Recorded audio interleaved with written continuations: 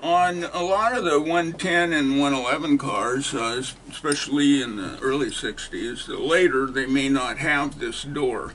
But when they do have this clean-out door, it's a good idea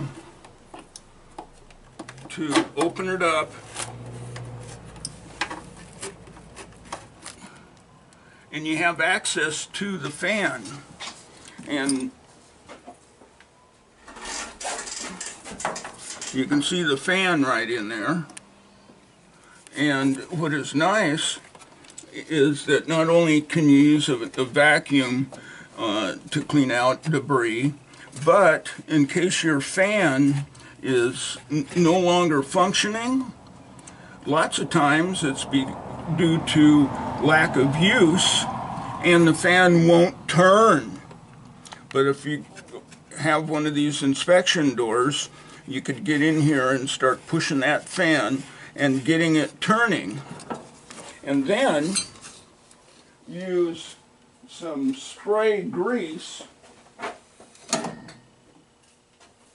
And what I like doing is putting a tube on here, and I can get it underneath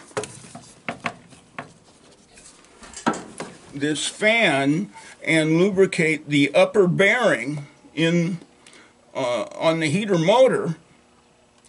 And once that's done, have somebody turn it on, and don't stick your hand in there, but get it turning and let it warm up, and then you've got your fan working again. And that will save about $1,500 of labor in having to pull your heater box out and fix the fan motor.